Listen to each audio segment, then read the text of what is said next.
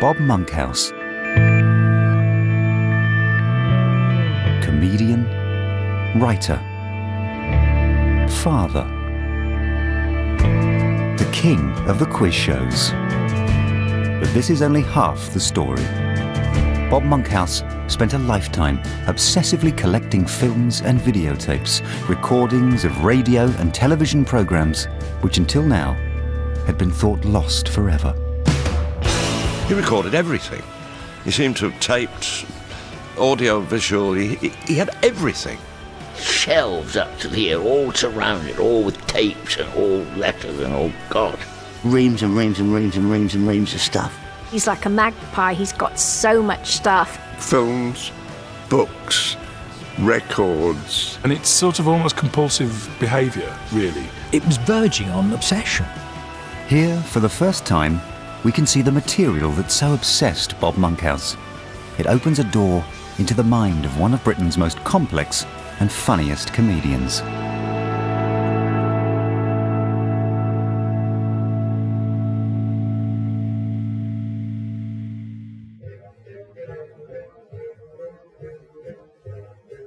Bob Monkhouse had been collecting all kinds of things since he was a child. It included thousands of tapes and films, but he also collected comics and records, matchboxes, and even tinned food. He kept everything related to his own career and threw away nothing. It was all good fun until 1977, when Bob's serious collecting habit landed him in serious trouble. One evening I got a phone call and he said, can't believe what's happened. I said, well, tell me. So he said, well, the house is full of policemen. They've got a warrant to search the house and they're going to arrest me.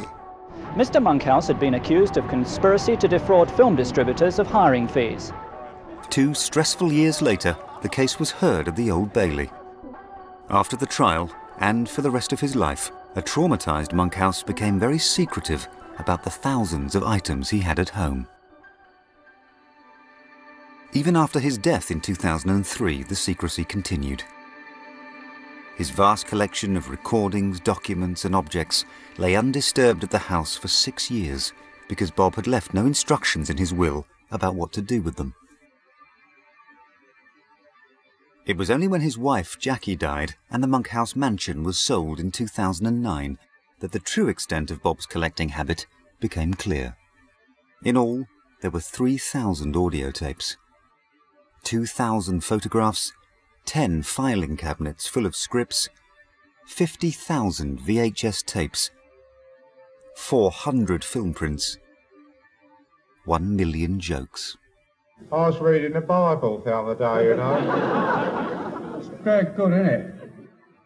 Amongst the thousands of tapes which filled several rooms of the house were lost episodes of classic comedies like Peter Cook and Dudley Moore's Not Only But Also. Do you believe in God, actually? Well, I'm in a tight spot, you know. If you do help me out, I believe in you. And thank you very much. I know you're there for future reference. There were hundreds of performances from comedy legends that the BBC had thrown away, amongst them Kenneth Horne, The Crazy Gang and Frankie Howard. Went to this pet shop and there was the owner, little old man, polishing a monkey. I said, good morning, come along now, please. Thank you, don't doze off. There were also 15 unique recordings of Tony Hancock. And so it is with a song in my heart that I declare these Empire Games open and bless all who jump in them. It was an amazing discovery. An Aladdin's cave of television and comedy left behind by a man everyone thought they knew. The golden shot, the suntan, the bow tie, and the jokes. I've had a lot of trouble ever since I arrived here tonight. There was the usual big crowd outside the stage door, and the shout went up, "Here's Bob Monkhouse!" And everyone stared at me. I was so embarrassed. I wished I hadn't shouted. He was famous for 50 years, but there always seemed more to Bob Monkhouse than one-liners. Who are you? Hi, I'm Bob Monkhouse. His collection tells us everything we need to know. This was every last detail of a career at the heart of British entertainment. This was the life of Bob Monkhouse.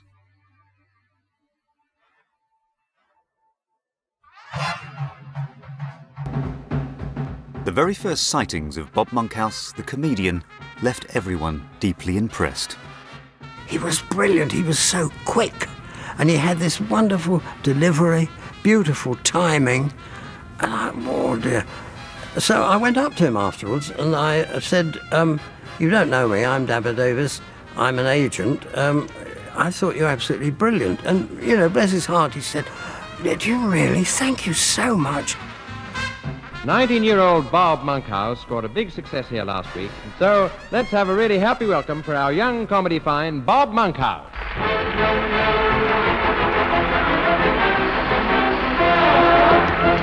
At an early age, I fell in love with the girl next door. One day, I plucked up my courage, and I asked her if she was doing anything that night, and she said no.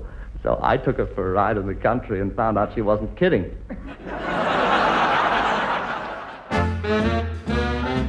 As a boy, Bob Monkhouse was entranced by the comedians of wartime radio. Ladies and gentlemen, workers, playtime! He had a shortwave radio and he used to listen to all the American broadcasts. And so he had the jump on all the comics here because he knew the kind of things that people were talking about. To learn the secrets of comedy, Bob began to write down the jokes he heard on American Forces Network. He then took them apart to see how they worked. Bob never did anything by half. If he recorded something, he would type up the script and it would be committed to paper as well. Everything had to be on complete record. Nothing offhand. It was 100% or nothing with Bob. And that's where we got a lot of his material from, because he had this extra source. And everybody else had the same opportunity, by the way, of getting it. Just meant listening and writing and recording. But I said he was industrious. He was serious. He learned fast, and he learned from the best. This was the era of the great American stand-up comedians, like Bob's hero, Bob Hope. Ladies and gentlemen, on the top of the bell, the one and only Mr. Bob Hope.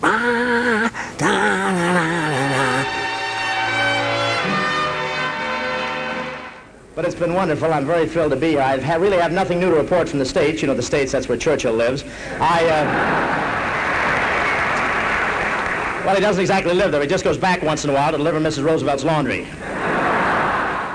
To write up the Bob Hope show or the George Burns and Gracie show, to write that up and to see how the jokes are made, what they look like on paper, that's a writer's obsession.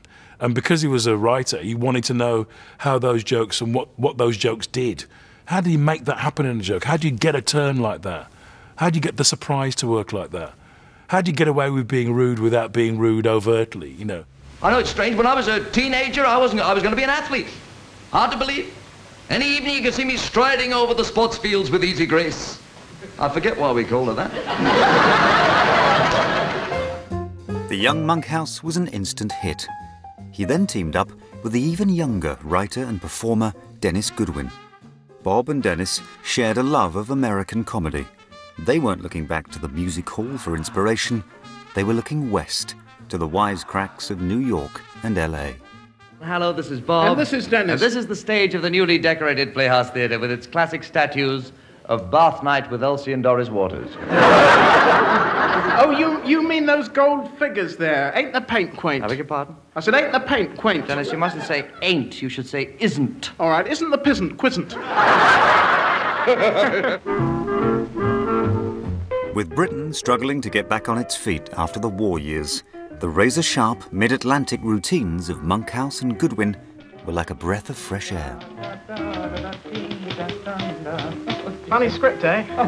Thought of some good lines? Oh, I'm thinking of some beautiful lines. Really? Who's the script for? Dinah Dawes. Dinah Dawes? Yeah. Can I make some suggestions? No, I'm sorry, all the suggestions are coming from me. I have a date with her to discuss it tonight. A date, eh? I've heard about your technique with women. It's nothing, really. That's what I heard. Every comedy show in town wanted a bit of Bob and Dennis magic, and they were soon writing and performing with their heroes. For your enjoyment, we present The Arthur Askey Show, written by and including Bob Monkhouse and Dennis Goodwin. Writing for Arthur Askey was a great thrill, but they were in dreamland, when American stars visiting London like Dean Martin and Jerry Lewis enlisted their help. It just kept getting better for Monkhouse and Goodwin, and then Bob Hope flew into their lives. When the boys were writing Calling All Forces, which is a forces show, and enormous figures, we had people like Petula Clark and Al McHogan as resident singers. We had Geraldo and this enormous orchestra, and a lot of people who came from America would come in it. And Bob Hope came in once, and he liked the boys' style. So the next thing I heard from America was he was coming to the Palladium, and would they write some material for him? And it developed from there that he liked their material, and every time he came here or did anything, they would write it. That would be heaven for Bob. The idea that someone like Bob Hope could say to Bob, could you write me some jokes? That would be Bob up here. The Monkhouse and Goodwin office was a script-writing factory, churning out endless comedy routines. They would often go days without sleep to meet deadlines. I used to go along when they'd finished and pick the scripts up. Well, you can imagine 72 hours working non-stop. It's a good thing I was a comedian, because I'd read it and think, it don't make sense. By that time, 72 hours there, you know, it didn't make sense. So, I mean, that's the way they worked. Bob would really overdo it, particularly, you know, writing with Dennis 4 or 5 shows a week or whatever. He'd overdo it, and then he'd just go away for 2 or 3 days and be intravenously fed, you know, it'd be the drip, and he'd be out of it for 3 days, charging the batteries and then charging back. Exhausted and overworked, they embarked on their first television show, Fast and Loose. Bob only just about got through the first live episode. As the credits rolled, his hectic schedule caught up with him. He collapsed, Bob, so we had to cancel the series about 3 months before he got better. He soon recovered, and they went on to make 2 successful series. The camera loved Bob more than it loved Dennis. It was very clear who had star quality. Well, people were coming through, all the big agents, all the BBC, everybody, wanting Bob, but they didn't want Dennis. So we had to try and let him down gently, but it was very difficult. Radio was okay, because he's reading the script, he's got it in front of him, doesn't have to remember the lines. He wrote it as well, so this was good. But with television, I mean, he couldn't even read an auto cue or anything. My partner gives renditions of popular records. For instance, he will now give you Debbie Reynolds' latest release. Eddie Fisher. Very good. You see, we work as a team, you see, and teamwork's a wonderful thing. It's terribly important in show business, ladies and gentlemen, for teams to stick together, to know each other's work, and to be the best of friends. The next big project they did together would see Bob Monkhouse pushed to the front and Dennis literally pushed to one side. He's my pal, Bob. And if you'll excuse me now, I have to make way for the credit titles.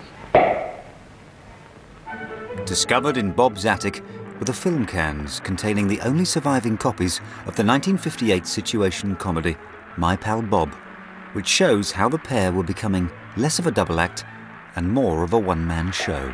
Thank you so much. Not too much applause, please. Our producer has a headache. Bob would be doing the actual thing, and we put this little optic in here with Dennis in it saying, which was good because it got us out of any trouble that he couldn't read the script. I mean, just supposing that you can stage this phony divorce, how can you be sure that she'll want to marry you again? Please, Terry, can you think of anyone in the world who wouldn't want to marry me again? Yes. Who? Me. So the 3 unwise monkeys started working on a plan to make Chill demand a divorce. He liked doing that because it was easy. All he had to do was just read the script with whatever was going on below with Bob. There's no doubt he supported Dennis Goodwin, who was an unfortunate man. He developed certain addictions and things like that. Sadly, if he wasn't too well, shall we say, he couldn't do it. And once or twice, we had some terrible time with Bob where the performance was ruined. Bob Monkhouse was now a star. He had the entertainment world at his feet, and the next step was the movies. I've had a very exciting experience since the last time I saw you. I've been making a film called Carry On Sergeant, and I'm an avid moviegoer, so it was very exciting. I love to go to the pictures, don't you? Oh, I love it. You only go in, you know, and you see the adverts first of all, because the cinema always advertises its own stuff. It says something like, ice cream, flavor of the month, the usherette's thumb. Bob Monkhouse had the lead role in the first ever Carry On film, Carry On Sergeant. Oh, Mary. Oh, I'm so relieved to see you. Is everything all right, darling? No, no fire extinguishers. Fire extinguishers? Everything depends on them. One. Yep.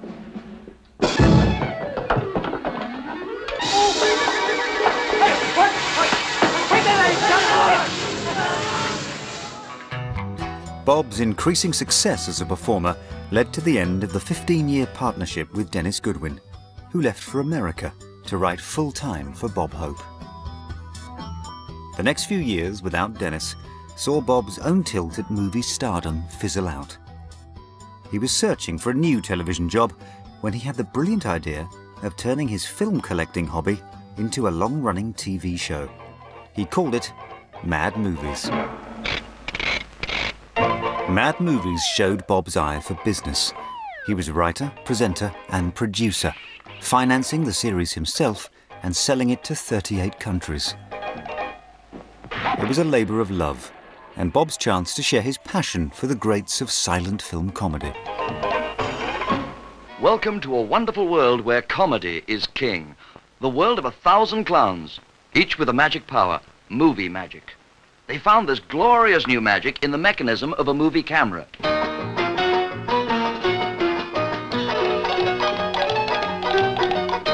Just at the time Bob was celebrating his comedy heroes in Mad Movies, he was having serious doubts about whether he himself belonged in the world of comedy. Found in Bob's attic is the only surviving copy of an interview he gave with Sid Green and Dick Hills, famous at the time as the writers of the Morecambe and Wise show. You basically gave up comedy, did you? Yes. And now you're taking up straight acting. Yes. Why have you given up being a comedy performer full-time and become a straight You've actor? seen me in Summer Show, you'll realise it's not really a change of technique. No, that's true. That's true. He's too sexy, as you are. You have put your finger on it. Bob decided he was now a serious actor and spent the next few years trying to get as far away as possible from the slick comedy Bob Monkhouse persona he had so carefully created. I directed him in one play when I was at Rediffusion. And I was very, very surprised, because he wasn't an obvious choice. He wasn't an established straight actor. In the drama, Bug, he publicly dismantled the showbiz Bob Monkhouse, greying out the famous eyebrows, replacing the sharp suit with a tatty old cardigan, and more significantly, losing the gleaming smile. Yes? Mr. QPJ? Yes? I'm Mr. R.J. Smelly. I don't think he chose it. I think he accepted it, accepted the role. I mean, he hadn't done enough television drama to be choosy. Evidence, Mr. Smelly. You're asking me for evidence, Mr. Smelly, because evidence is one thing I have got. If you come here for evidence, that's one thing I supply. I thought he was quite good in Bug. He pulled those rather strange faces. He had that rather strange hunched-up shoulders and that kind of, those mannerisms. In fact, this was an unhappy time for Monkhouse, both on screen and off. He was a lost soul professionally, and at home, his marriage was falling apart. How are you? All right, thank you.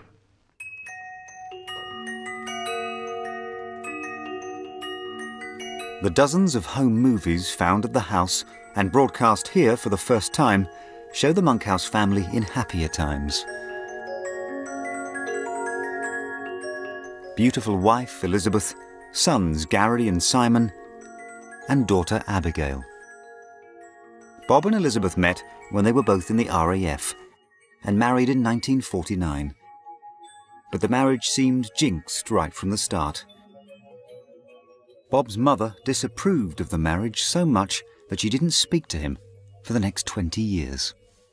She didn't go to the wedding, you know, that was it. He was very upset, obviously. First time he'd been married.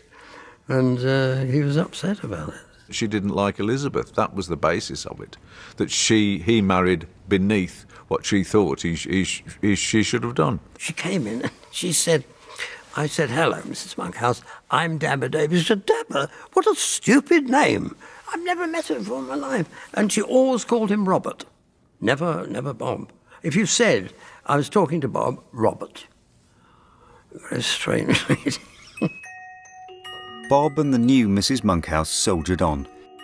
But their life changed dramatically with the birth of their first child in 1951. Gary Monkhouse was diagnosed with cerebral palsy shortly after he was born. Becoming a father to the sweet, good-looking but physically disabled Gary was the defining relationship of Bob's life. But Bob, he was very sad about it. Well, we all were. I mean, my wife and Dennis Goodwin and Barbara, his wife, were all very upset. Bob had some terrible things happen in his life, particularly with his children, and it just shows that the mark of him as a professional, that the mask that he put on to the public was completely different to the person he was at home and the things he had to deal with. Well, yes, there was a lot of sadness in Bob's life, and typically him, you wouldn't have known it most of the time. The mask was kept on.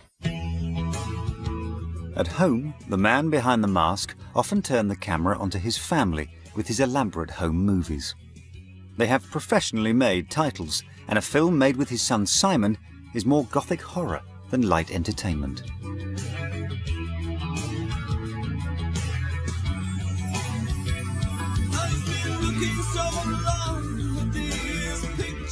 In the early years of the marriage, the Monkhouses enjoyed a glamorous showbiz lifestyle, and Bob took along his camera to events like this celebrity cricket match and came away with unique colour film of comedian friends like Harry Seacombe and Norman Wisdom.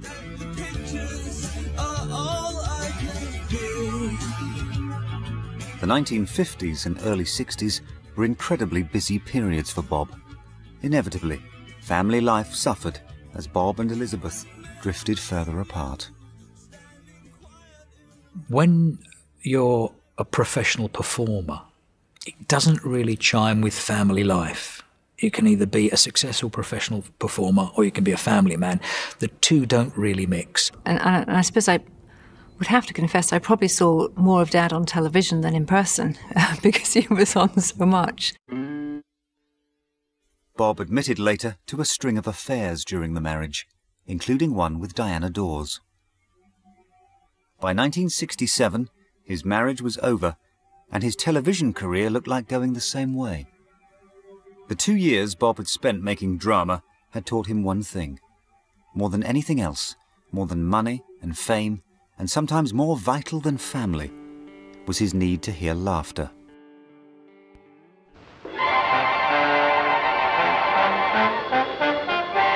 In January 1967, his prayers were answered when he was asked to host television's biggest variety show, Sunday night at the London Palladium. And your host, Bob Monkhouse. Bob Monkhouse had come home. Thank you. Thank you, thank you. Thank you, thank you. Well, so much for the ad-libs. May I say how welcome you are to the Palladium. Forgive my being dressed like this. We were expecting a party of bookmakers in the audience tonight, which would have been great for me because they haven't stopped laughing since yesterday. I'm all dressed for the races. I was up in the Northeast, and I went over to see the Grand National. I was playing some clubs. They have wonderful names, these clubs. Up in the Northeast, like La Marimba, La Bamba, La Dolce Vita, Tito's. It sounds great. I played a club once in Spain called Los Caballeros for 3 nights before I found out it was the gents. I liked it. They gave me a standing ovation, but nevertheless. Bob's 3-month stint as compere of the Palladium show was one of the biggest turning points of his career. He regained the sparkle he had lost in the years away from direct contact with his audience. His growing confidence, good looks, and gift for joke-telling came together like never before. The press described him as astonishing, and mesmerising. Bob Monkhouse was back. Big time. Sadly, every single one of these shows was thrown away by ATV. Luckily, Bob Monkhouse was, as usual, one step ahead of the pack. We were only able to watch these performances because Bob was one of the few people in Britain at this time with a video recorder at home.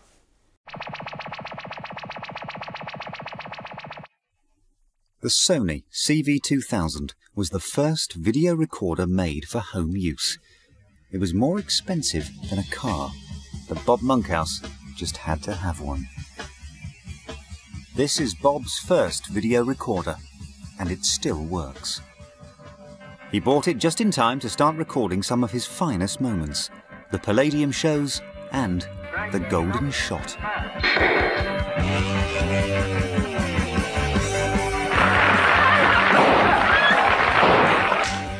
Hello.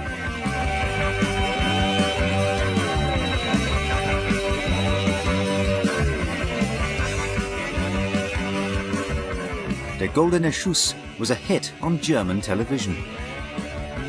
The game show with telephones and crossbows was perfect for Bob Monkhouse.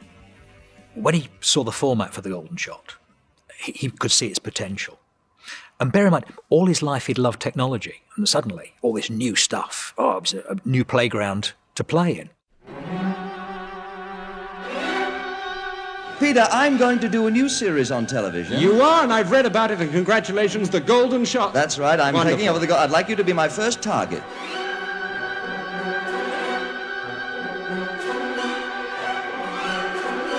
People used to shoot at apples with a crossbow. Fire! It's a banger! You win a bonus prize, and there it is. Up a bit, left a bit, right a bit. Fire! In 9-10 seconds, and there. Can you imagine, with health and safety breathing down your neck, doing the Golden Shot now? Live crossbows, bolts flying through the air, hitting targets. Fire! Well sized up. Fire. Yes, and a banger. And inexperienced contestants handling this lethal equipment. It was quite astonishing. I'm not too sure where it went, but it didn't go in here. It's down here. It practically took my toe off. It rebounded. Oh, it's very pretty indeed. They're trying Special to tell effects. me it's safe, but I don't think it is. No one got hurt that I can remember, or that I know of. Yes. Bob Monkhouse reworked the Golden Shot to suit himself and invented a new type of slick, colourful light entertainment. You'd have people singing or doing a comedy spot. It was really sort of variety show, a game show, everything. Whoa, whoa, jet, flying high above me. It's down here that on on the 12th, that's last Monday, the grouse season started. Bang, bang, bang! All those grouse shooters are banging away at those birds in the. Are you all right? Sorry. I must say, standing next to Kathy, you look very boring. Oh, thank you. He was so assured, he was so comfortable in that environment. You knew if the wheels fell off on a live show, Bob could cover it. And things were always going wrong because it was a live programme. This contestant has scored, hang on, 135. 135? Less a penalty of 27. It's 135, 130, 138. Yes? I don't know what it is. She's good with her sums. That thing hasn't worked. The crossbow's misfired. The contestant's not terribly good, but my God, he's still managing to polish some comedy gold from this awful situation where you knew that other performers would struggle and flounder. And now my golden telephone will make a noise like Rod. Not yet. Will make a noise. Finish the joke yet.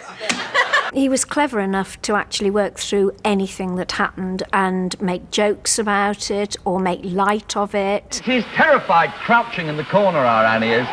Because she's very scared of these fireworks, you know. This is the only show on television that has fireworks. Unheard of. It's no good going like that, George. How can I speed up when I don't know the score? Oh dear. Oh well.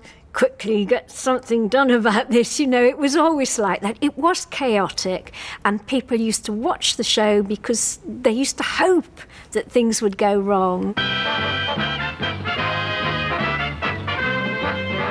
A search through his filing cabinets revealed that Bob kept everything related to the show.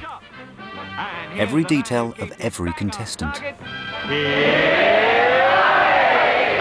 Long memos about the running of the studio. The set designer's original plans for the targets. And a letter from the show's German creator trying to sell another very similar idea. Sehr geehrter Herr Monkhouse, a space spectacular combining a musical game show with space education. Space object like Geminis and spaceships in a studio orbit. Ich hoffe, Ihnen gefällt diese Idee und freue mich schon von Ihnen zu hören. Mit freundlichen Grüßen, Hannes Schmidt. Meanwhile, back on planet Earth, The Golden Shot was a huge hit, and Bob Monkhouse was at the height of the fame he had worked so hard to achieve. But the wheels were about to fall off this golden gravy train. ATV bosses Lou Grade and Francis Essex had been told that Monkhouse was taking bribes to include brand-name products as prizes. Bob always denied it, but he was told that the next episode would be his last. When Francis Essex asked Bob to leave the show, it was devastating. In fact, he said to me, I said to Francis, well, Francis, this is a big deal. Actually, it's an awful lot of money that I'm not going to get. And Francis said, no, that's the way it is, old chum. You know, you've got to go. And he was very hurt. He was very bitter about it because he thought Francis would have given him the benefit of the doubt. But Francis didn't, and that's history.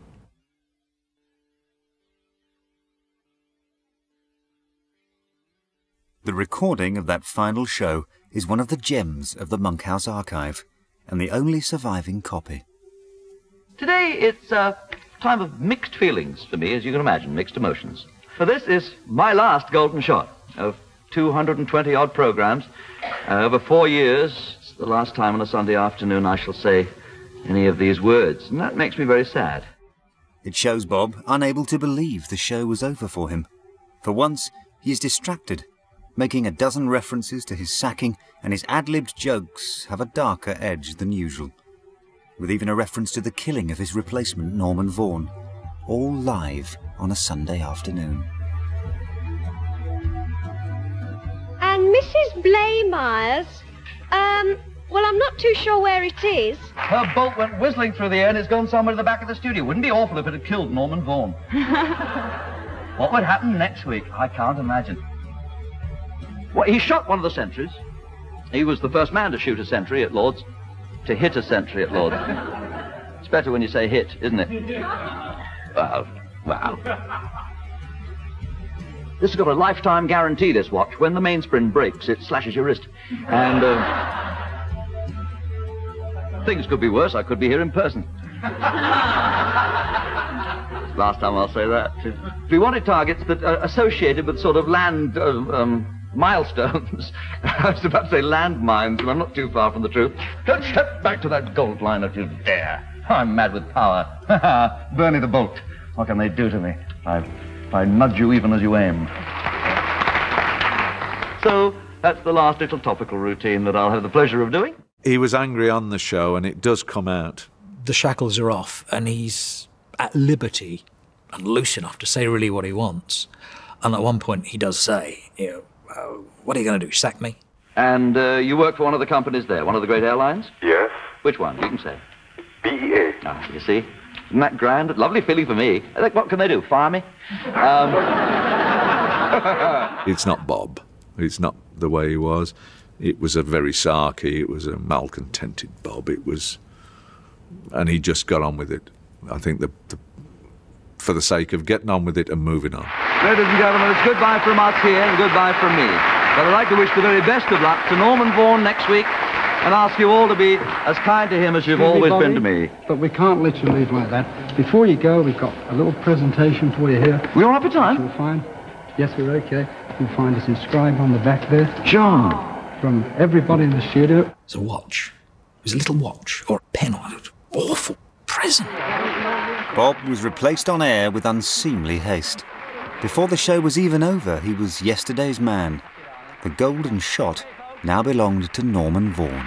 Cheerio from Birmingham. See you next week, 4:45. Ta-ra. He rang me after the show, and he was in tears, and it was nothing against Norman Vaughan. He was as upset as I ever knew him in all the time that I did know him, because of all the work that he'd done to build up the golden shot. Suddenly it would appear evaporated into nothing.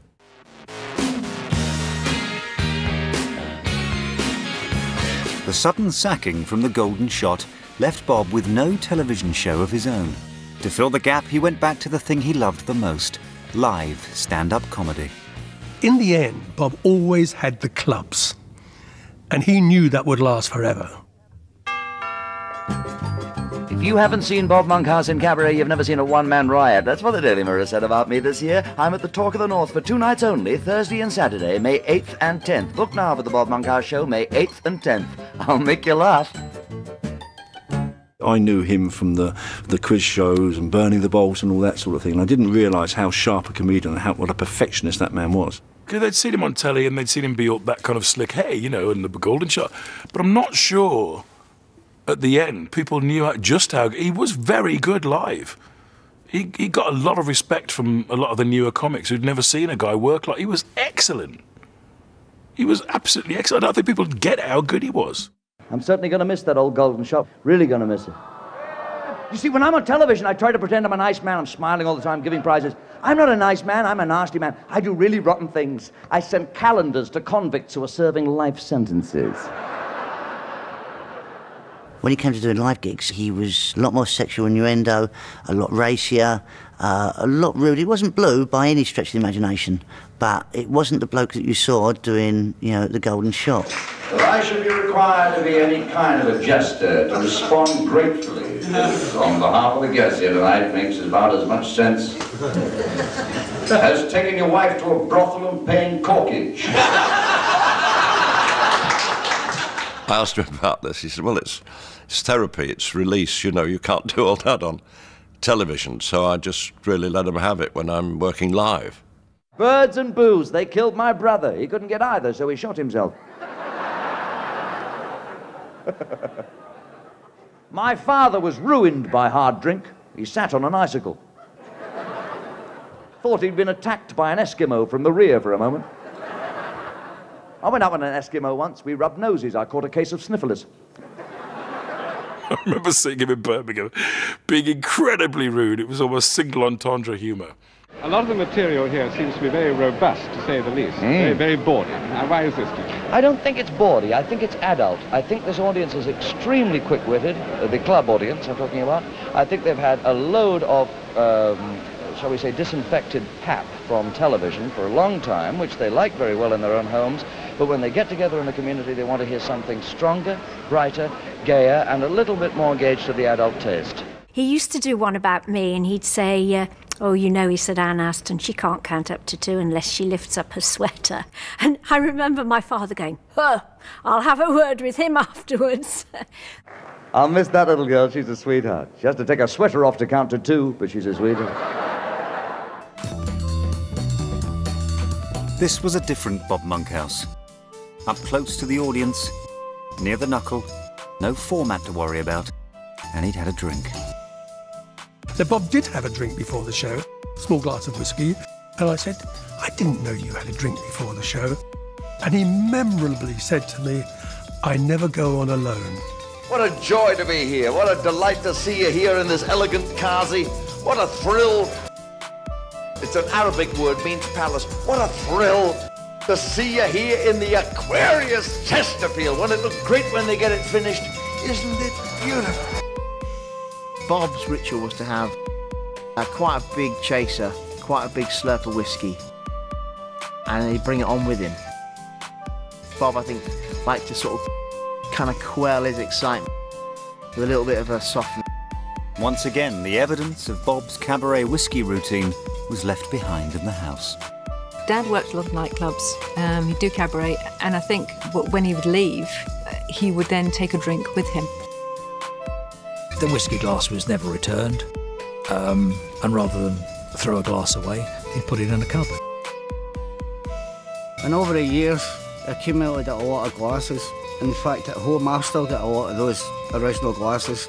And so there are cupboards and cupboards of these glasses. They're very normal, very ordinary. I've got half-pint glasses, I've got quarter-pint glasses, I've got jugs, I've got frosted glasses. It was probably the most extensive whiskey glass collection in the Western Hemisphere. Utterly valueless, and because they were all different. To the crowd in the nightclub, this was something special. Bob Monkhouse, the nice man from the telly, live and dangerous. Bob said to me last night, he said, I did the most awful thing. He said, I had a heckler at one of the tables right in front of the stage. And he said, you know me. He said, I can handle hecklers. I said, well, of course, you've got loads of lines to put them down. He said, but for some reason, he said, this guy really got to me. He said, and I went over to the table and I kicked him right in the teeth. But it's interesting, isn't it, that even the greats can snap.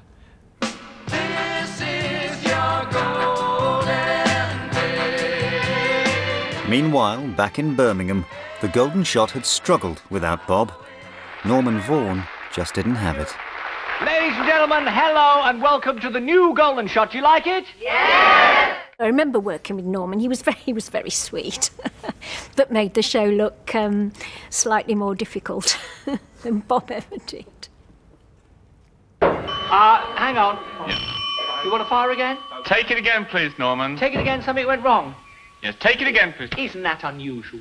No. No? Who said no? Okay. It's you, Alice. I knew you'd be trouble to me. Who's got... We're going to both go again, are we? It was only when other people did it afterwards that you realised just how good Bob was. Norman Vaughan struggled a little bit. He handed it on to Charlie Williams, who struggled a little bit. Welcome to the Golden Shot.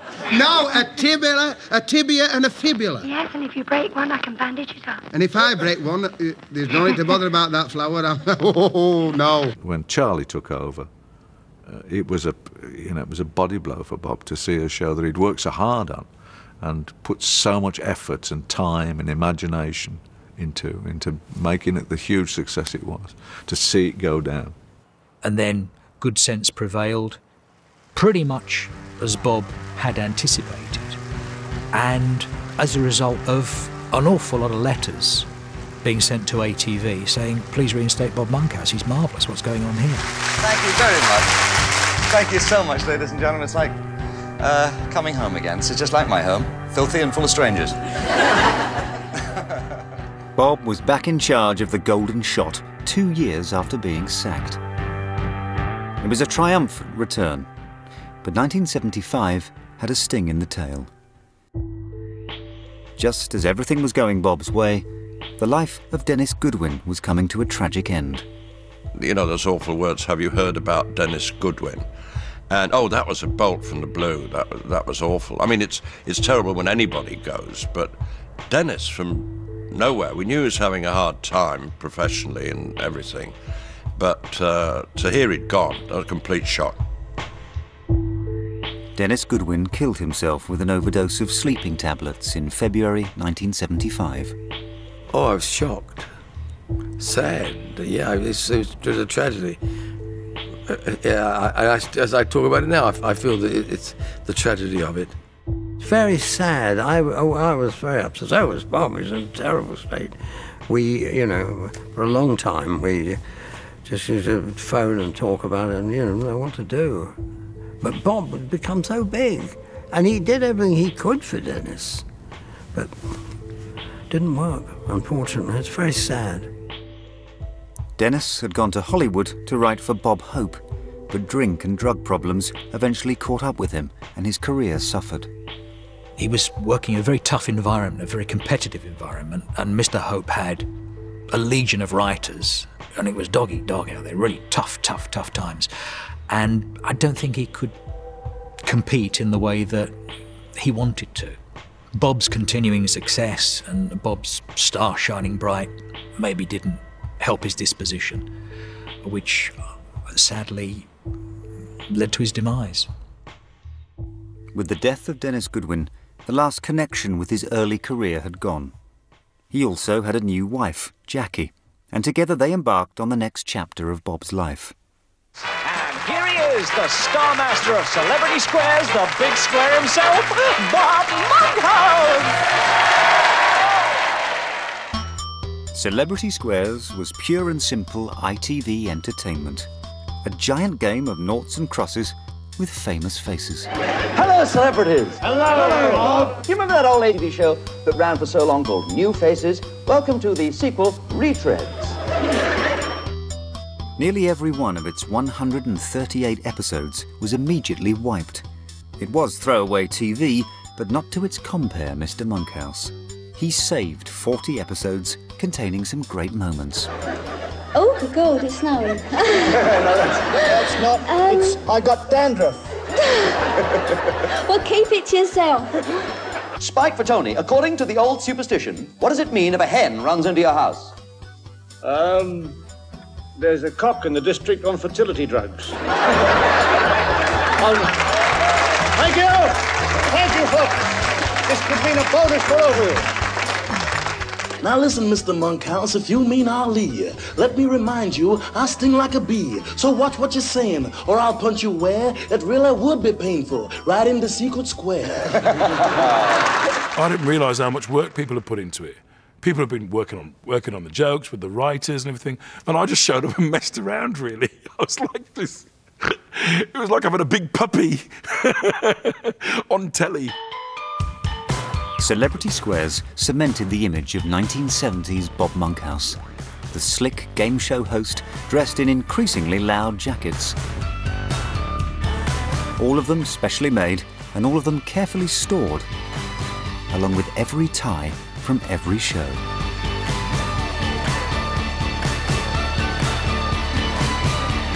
It was at this time that Bob's popularity simultaneously reached its highest and lowest point. In the same week in 1978, he was top of the list of most loved and most hated people on television. Bob said this to me once, that he'd been in lists of TV performers who are loved and TV performers you can't stand. And as the great Bruce Forsyth once observed, I was in both. Bob said he found himself in widely different lists. Popular, and he said, I'm a Marmite man, you know. He said, you either like me or you can't stand me. And he said, you have to live with that. You can't please everybody. That's quite an achievement, really. But being top in both, it probably kind of amused him in his own way. The thing that worked against him, I think, was the fact that he was so slick, you know. Bob was good at what he did. No matter what talent a performer may have, no matter what dedication, the most important thing you can have is sincerity. That, I think, is a performer's greatest asset and a key to a performance. It is sincerity. Ladies and gentlemen, sincerity. Once you've learned to fake that, you're made. I've often heard people say about Bob that he was slick, he was insincere. Bob wasn't. That was his performance. That performance was of a man always in control and with a joke for every possible situation. How many wings has a beetle? The only Beatle I can think of with wings is Paul McCartney. But all this confidence hid a deep fear of failure. It was a concern to him that he didn't have the comedic instincts, the natural comedic instincts of, let us say, a Frankie Howerd or a Tommy Cooper or an Eric Morecambe. And Bob did feel he had to have ammunition to turn him into the funny soul, you know. Everybody needs ammunition, but some people need it more than others, you know. And I think he felt, perhaps wrongly, that he had to be completely armoured. The Essex County Council have announced they're spending £2 million a year treating alcoholics.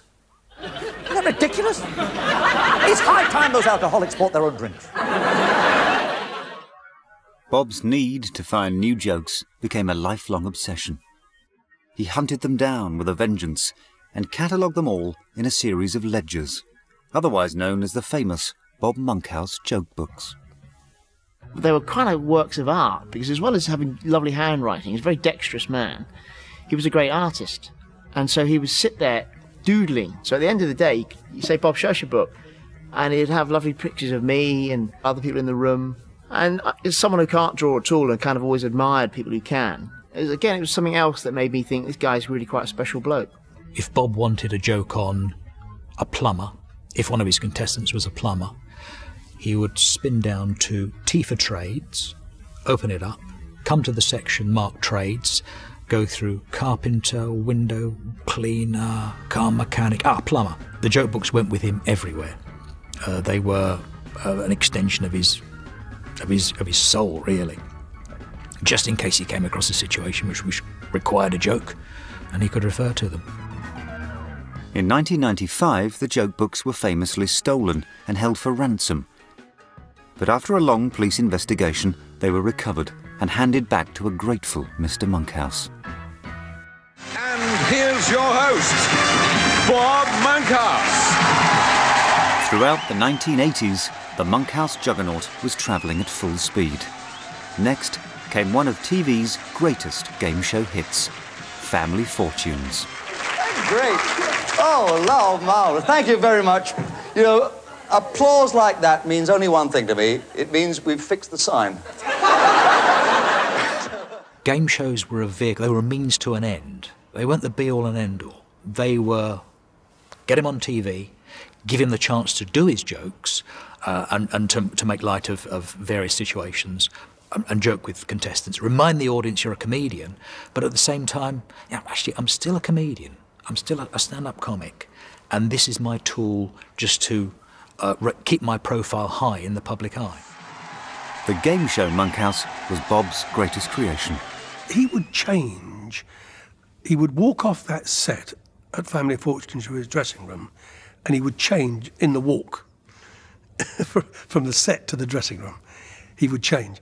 If someone knocked on the door, he would be Bob Monkhouse again. Come in. And the door would open, and he would be the game show host again. It was fascinating, quite honestly. To his loyal fans, Monkhouse had become Uncle Bob, a permanent fixture on television for the last 30 years.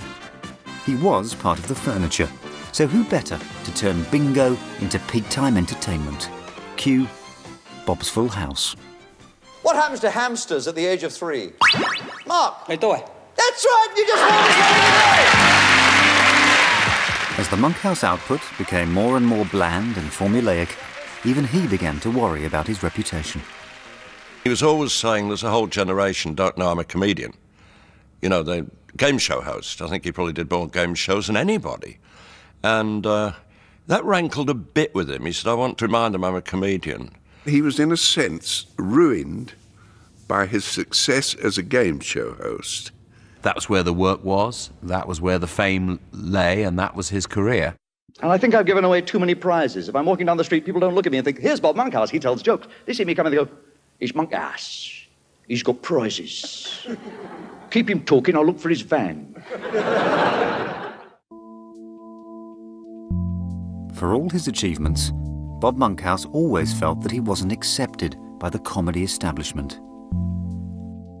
Bob did feel an outsider in many ways. He said to me once about, I think the word he used was the gang, or the club, Eric and Ernie, Tommy Cooper, Frank Allen. Oh, they don't like me. I said, I'm sure that's not true, Bob. All right, they don't reckon me. I'm not one of them. And you got a feeling that he'd rather like to have been embraced into that gang and, you know, treated as a peer. I think deep down he was disappointed that he didn't have the love and affection that Eric Morecambe and Tommy Cooper had.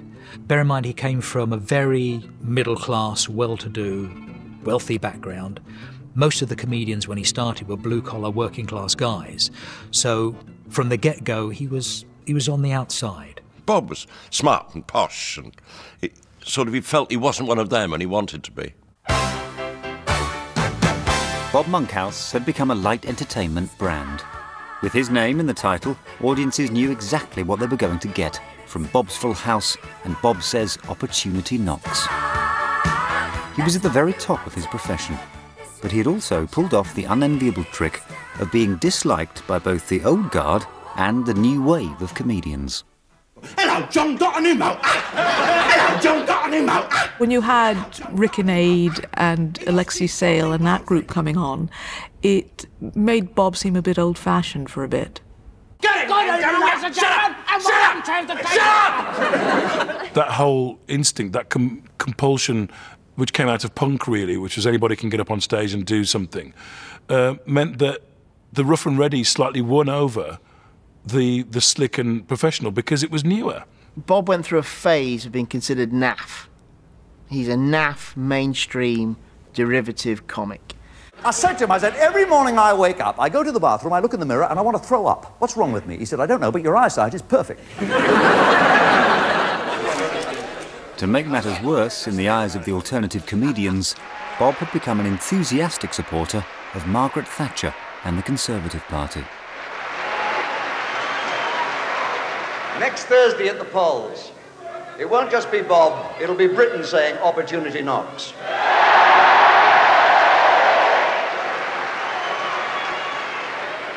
And if we put Maggie back in for the third time, we'll all be winners. It probably didn't help Bob's career at that point that he was aligned with Mrs. Thatcher, because you had all these comic strip people and the new people. I mean, everybody's material was based on anti-Thatcher, so there wasn't a lot of room for him probably on television, aside from the game shows. I did say to him once, why did you do that? Why did you tie yourself to the Conservative Party quite so visibly? And he said, well, I knew Mrs. Thatcher couldn't lose, and I wanted to be associated with a winner. And maybe that was a misjudgment. Bob Monkhouse continued his collecting habit. At one stage, he had the third biggest private film collection in the world. However, with film industry hysteria about video pirates escalating, his famous collection led to his arrest. Part of the evidence was that they found in his dustbin a card from Terry Wogan's young boy saying thank you for loaning us I think it was a James Bond movie. He wasn't stealing stuff and exploiting it in the commercial marketplace. It was for his own personal use, and he shared it with the odd friend. I don't think he charged Terry Wogan for renting his. He wasn't making money out of it in any way, shape, or form. He was just a collector. At one point, our QC actually said to him, Bob, if this case goes against you, this could be a prison sentence. After 2 long years, the case was dismissed at the Old Bailey. The judge had decided that lending a film to Terry Wogan was not a crime, and Bob walked free. Certainly don't feel like a pirate anymore. It's terrible being a film pirate, I believe. You can't watch films with a patch over one eye and a parrot on your shoulder. The hangover from the court case, because it was very scarring for Bob, was that he didn't go out of his way to talk about his collection a lot, and he kept it as private as he could. I could imagine that he would have been paranoid almost, in a nice way, about the threat to his collection. I mean, he'd done nothing wrong. He was just a collector, From this point on, Bob's collection was for his eyes only. Away from the cameras and away from the TV studios, Bob pursued his hobby with renewed vigour. The late 70s and early 80s were a boom time for home recording, with all kinds of machines and formats hitting the shops. So I have video recorders in every room in my house. No, my wife won't let them in the loo, because that is one thing she does in there. She doesn't want freeze-framed or played back at a more convenient time. Dad must have had about 6 machines in the house, all recording things at different times. And, and Jackie would call dinner and say, dinner's on the table. And you wouldn't see him for 5 minutes while he was still sorting out this tape or that tape. If we were having a chat in the house, a meeting in the house, going through material, so he'd look at his watch and say, excuse me, Cole. And he'd disappear out of that room, go into another room and set up a VHS. He'd disappear 3 or 4 times during the course of an evening to record stuff. It was verging on obsession. And then he would go away on holiday, so obviously he wasn't there to be able to record things. And I know he sent off, he would go through, he'd get the Radio TV Times, and he would go through the listings to see what was on and mark what was wanted, and then send off a fax to somebody to go and actually record them for him. Now, this was a daily occurrence, so when he came back, he was probably recording maybe 8 hours of material a day. And when he came back, there was all this vast mountain of videotapes, and in those days, videotapes were big, chunky, bulky things. Even Bob's enormous house wasn't big enough to contain the vast amounts of Betamax and VHS recordings. The solution was a new building in the garden. Bob called it the boardroom. There was so much recorded, there weren't enough hours in the day. There weren't enough days left in his life when he was middle-aged to watch all the stuff that he amassed. About 50,000 VHSs in what he called the boardroom, which was a shed, sorry Bob, that he had built in the garden because he'd ran out of room to house VHSs in the house. I'm slightly fascinated by what his wife must have thought of his shed and his cellar. It must have been impossible. I really sympathise with her. Jackie hated it, of course, because she wanted to throw stuff away, but she didn't touch anything of his because, I've got it, it's okay. Jackie faced a constant battle to keep Bob's collecting habits under control. She would maybe say to me, "Where's this stuff appeared from, you know?" And I'd say, "Oh, I was in the back of a car. I've been keeping it. I forgot to bring it in the night before a gig. Ah, I know nothing about it. I don't want it. Just take it back home with you. You keep it." Bob Monkhouse loved the art of comics. He would buy hundreds every year, ranging from his childhood favourites to the very latest titles. Bob was himself a talented illustrator. As a precocious schoolboy, he was supplying artwork to the Beano and the Dandy. He loved that. He would love to have been a cartoonist, I think. It would have made him happy. Later, he was able to buy large quantities of original comic art, which ended up covering the walls of his house.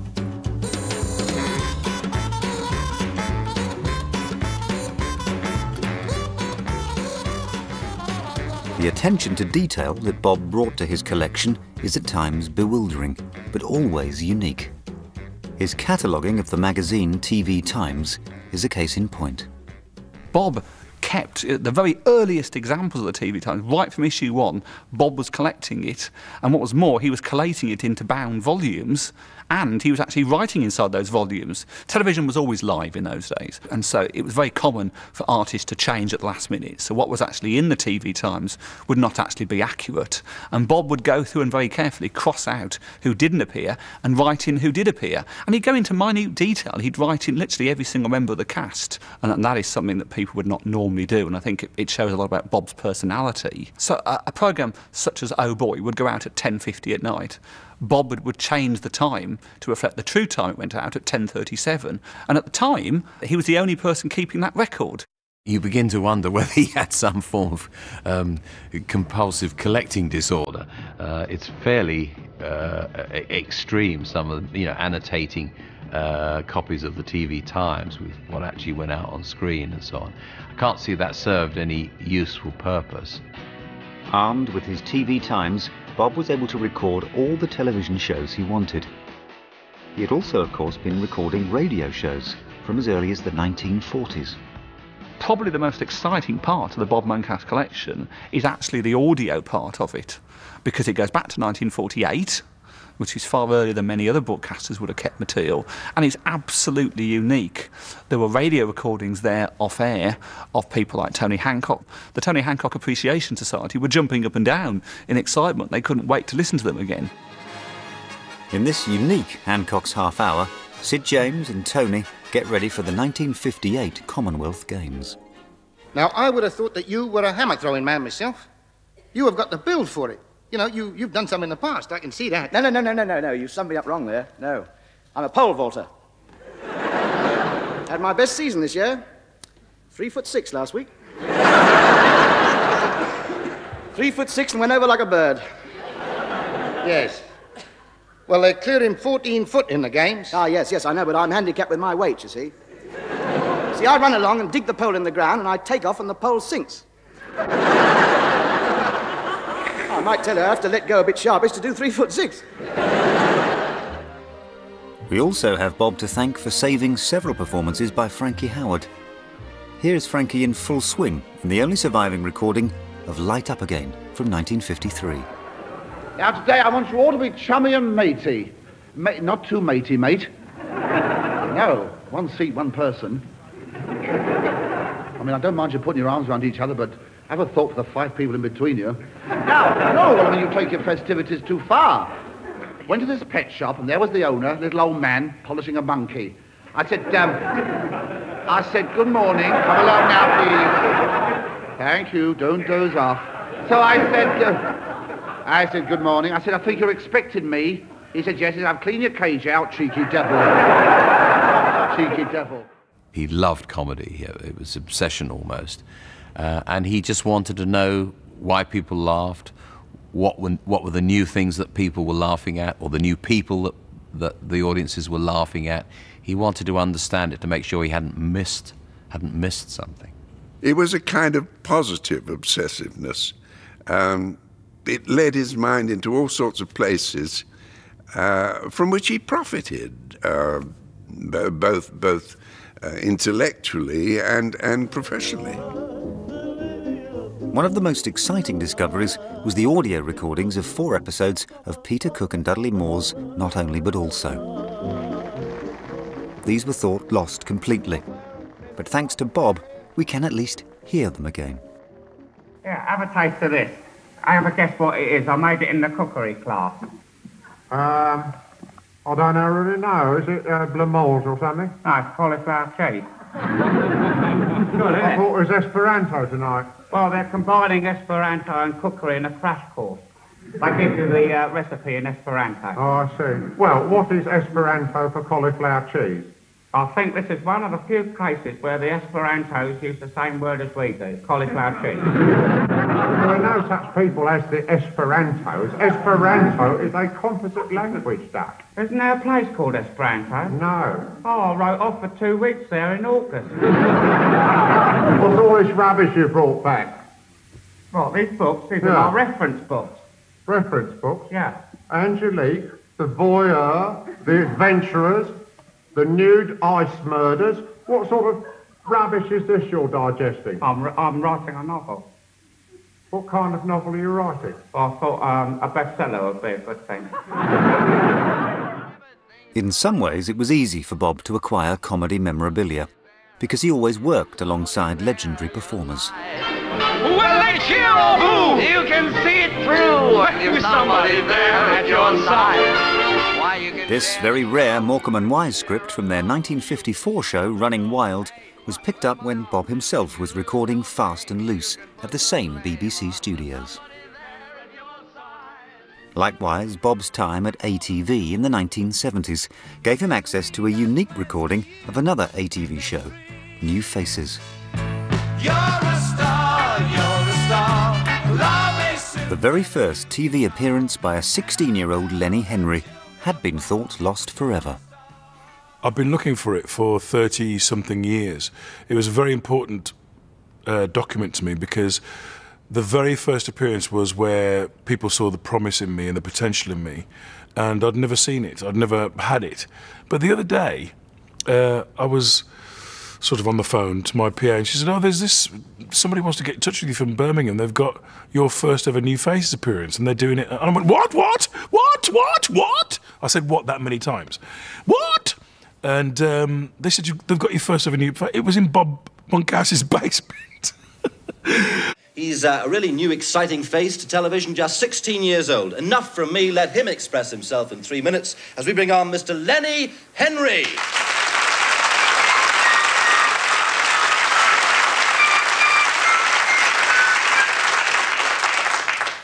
You saw the Queen on Christmas Day, then, my darling. Pika pika zenaka, nano pikatada, hiramudi sine kimaki samarena, Joanna kolasa butoku kemasu, botakisu kimanasi harikanitu, konto si hangakito, hikasaki marisa, genzanaki haritu, hiraimosi gesi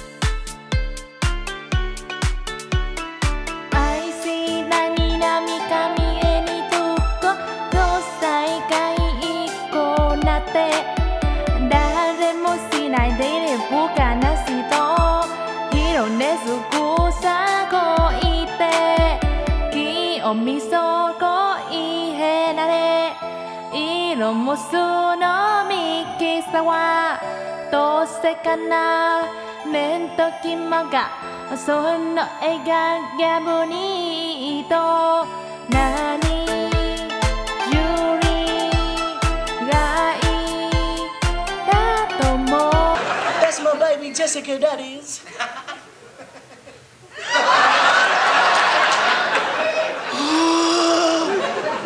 There's a lot of people out there. If you're wondering about that slightly permanent suntan, it all started when Betty got me a job as a salesman for Amber Solea. It's not funny, I only put a teaspoonful on, I can't get it off now. And I've been asking various people for years, have you got that first ever? No, not the London Palladium one where I did Al Jolson and sang Leaning on a Lamppost, for Christ knows why. But the first one where I was doing stuff that I'd written, that I'd worked in the clubs, in the Club Lafayette in Wolverhampton and the Summerhill in Dudley. That material, that was definitely more Lenny than that other stuff. And the fact that Bob recognised that was a big deal.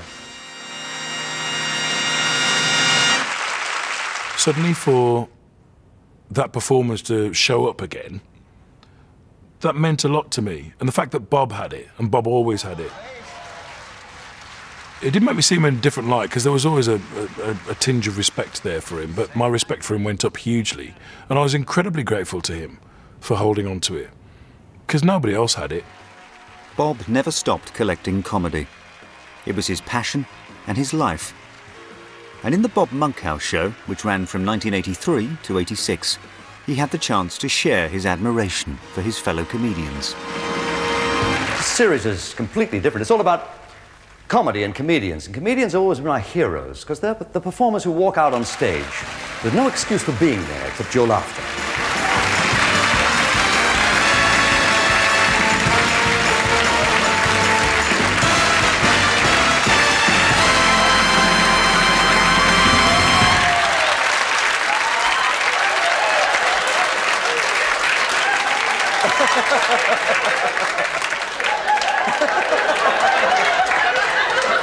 What is it? Bend forward. Now, you can bend that way. Now, I want you to breathe in and out. Me? Yes. No, out with the mouth open. With the mouth open. Yeah. I'm not sure if it's you or not, actually.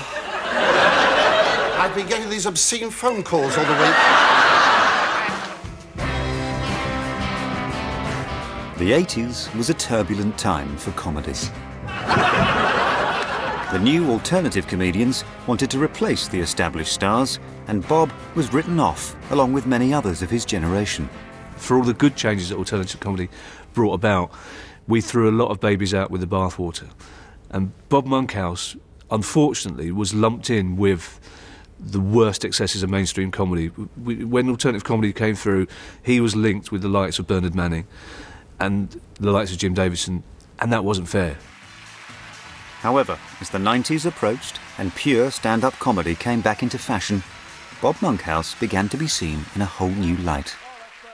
Suddenly, Bob's old-school panache and style and facility with the joke became fashionable again. Do you know Helga? Some of the guys will know Helga, your inflatable girlfriend. She never has a headache. No, but you do after you've blown the bloody thing up. And then suddenly he got on, Have I Got News for You? And it's like, here's Bob Monkhouse and people didn't know, almost a new generation. On Ian Hislop's team is a comedian who recently said that comedy was just like sex. So we look forward to him being incredibly funny for 5 minutes and then falling asleep for the rest of the show. Bob Monkhouse. 5, that's a compliment. The Minister of Silly Walks. Look at him. And it's very interesting that if you rearrange the letters that spell Michael Portillo, they come out as I talk bollocks. Obviously, that's give or take a letter.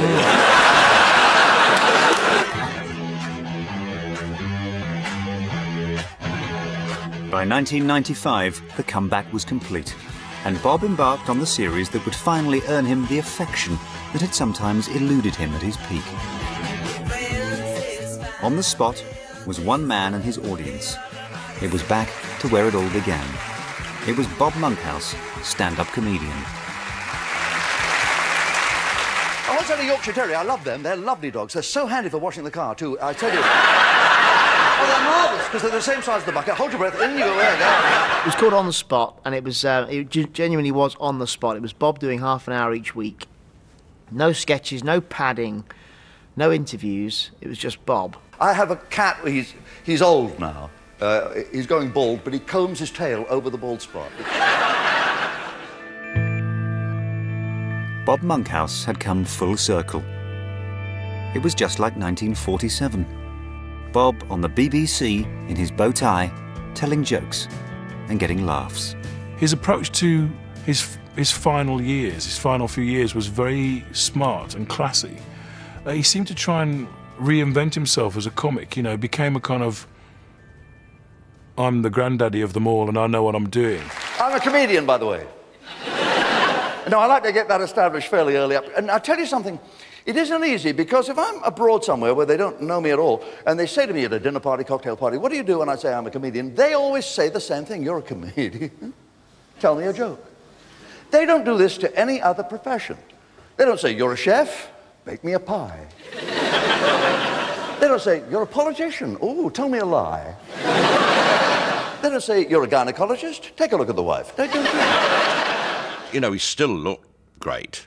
He didn't look like a senior citizen or anything, but he'd been around so long, he thought, I'm being accepted now as an elder statesman who's done a lot and been here a long time. I think that probably relaxed him a bit. You know, he wasn't straining and pushing at it anymore. He thought, no, I think they accept me now. Bob Monkhouse now began to relax about his place in the world. He published a confessional autobiography, Crying with Laughter, and for the first time in his life, talked publicly about his deepest feelings. It was now time to look back and make sense of the 50-year career his driving ambition had given him, a career which he had so meticulously documented. I used work in order to distance the problems at home and emotional problems. I kept them to one side while I got on with my work. He was relaxed in a strange way. He thought, I will stop wearing this mask and just come out, and I will just talk about things which he'd never done in public before. And it was quite touching. I thought, Bob's letting it all out now. It was at this time, in 1992, that Bob's eldest son, Gary, suffering with cerebral palsy, died at just 40 years old.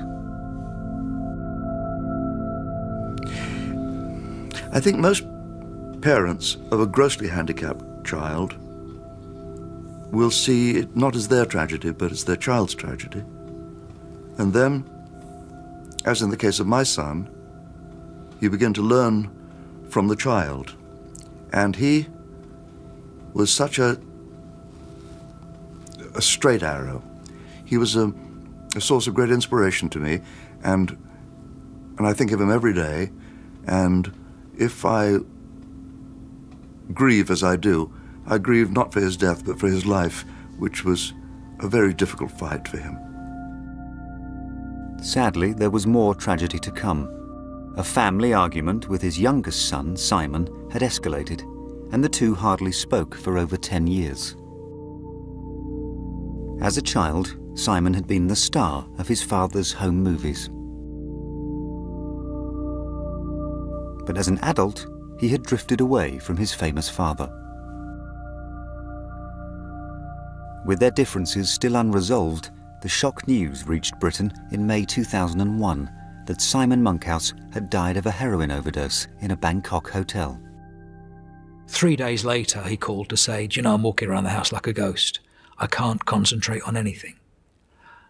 And I think the effect of Simon's passing lasted the rest of Bob's life. I don't think he ever got over it.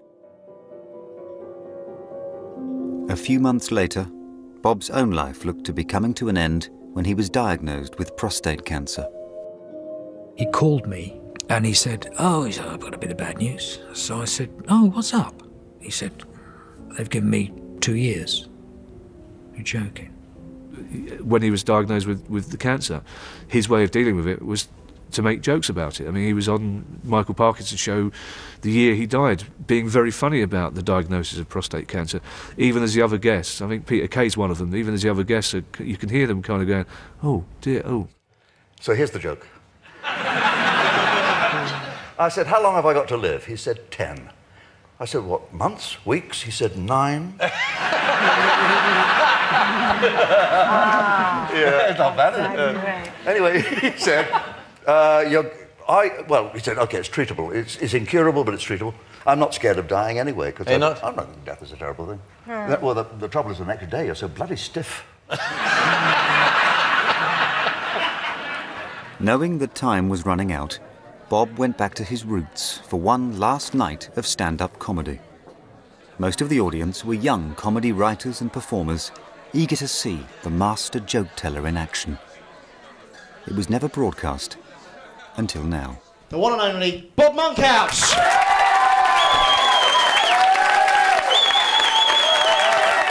He was very unwell. He was quite close to dying, and someone at the BBC said, let's organise a gig, Bob, where we'll get a load of comics in and you can go on stage. Now, most comedians would run a mile from that. I'd rather get killed now at my age than do that gig. But Bob took that on board and said, yes. I remember being in the audience with other comics. David Walliams was there, Kevin Day was there. I remember all thinking, who would do this gig? I think sleeping in the nude is a perfectly natural... I can't... Well, maybe you shouldn't do it on those long flights, but... The sense of camaraderie in the room that night that Bob fostered was remarkable. It was a wonderful thing to be part of, and it also very, very funny. There used to be a sort of a bar on the way through to a dance hall where I lived in Beckenham, Kent. You probably know I come from Kent. I hear people mention the word, they mutter it as they see me. I had an affair with a lady optician once who drove me mad in bed. She kept saying, is it better like this or better like that? Is it better like that? I think it was important for Bob to be able to show people like us how good he really was as a stand-up, because he was a fantastic stand-up.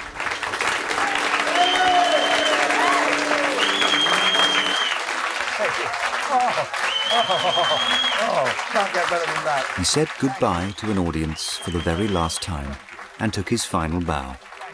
It was the end of an extraordinary career which spanned the golden era of British entertainment.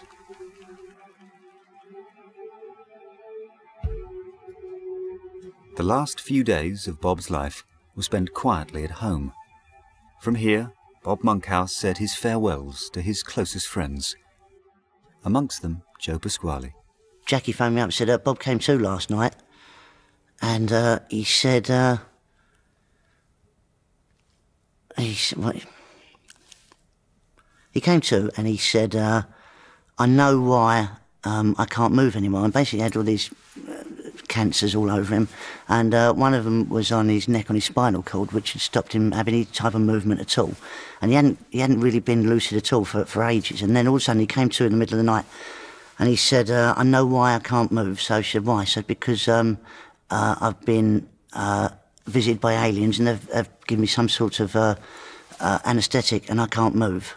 So he said to her, but don't worry. He said, Joe Pasquale's coming, and when Joe gets here, he's got the antidote. So make sure you send him in as soon as he gets here. So Jackie phoned me and she said that to me. And I went in, and he was gone completely. You know, he was just laying there and his eyes were shut. And I just had all I had with me was a Woolworths receipt from some pick and mix that I'd bought.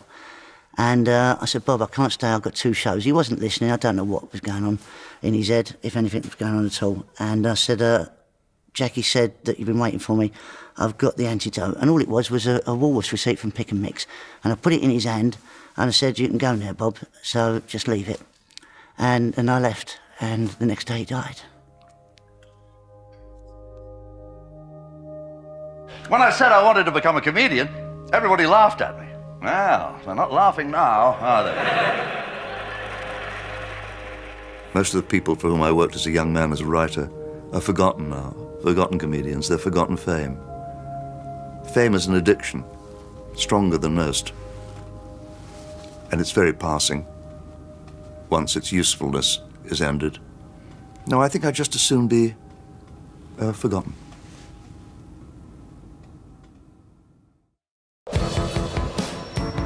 The life and career of Bob Monkhouse and the significance of the collection of recordings he left behind was celebrated at London's BAFTA in October 2009. The event was organised by the film and television company Kaleidoscope, who have been entrusted with preserving the entire collection. Friends, colleagues and fans gathered to spend a day being entertained by Bob Monkhouse.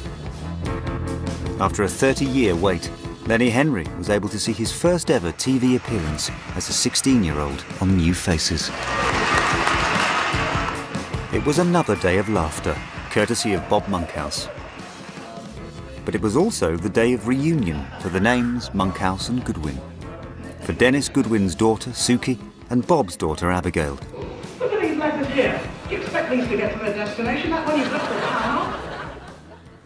It's very touching to see that he's appreciated who he was, a writer and funny, and that's all he wanted to do was make people laugh. And today I sort of felt that, and I felt the chemistry between our two dads. And I heard about it for all those years, but to actually see and feel it was really good. I bet they had loads of fun. Do you think? Yeah, they look like they had They fun. just Definitely. looked like they giggled their whole way through their lives at that point. Definitely. Yeah.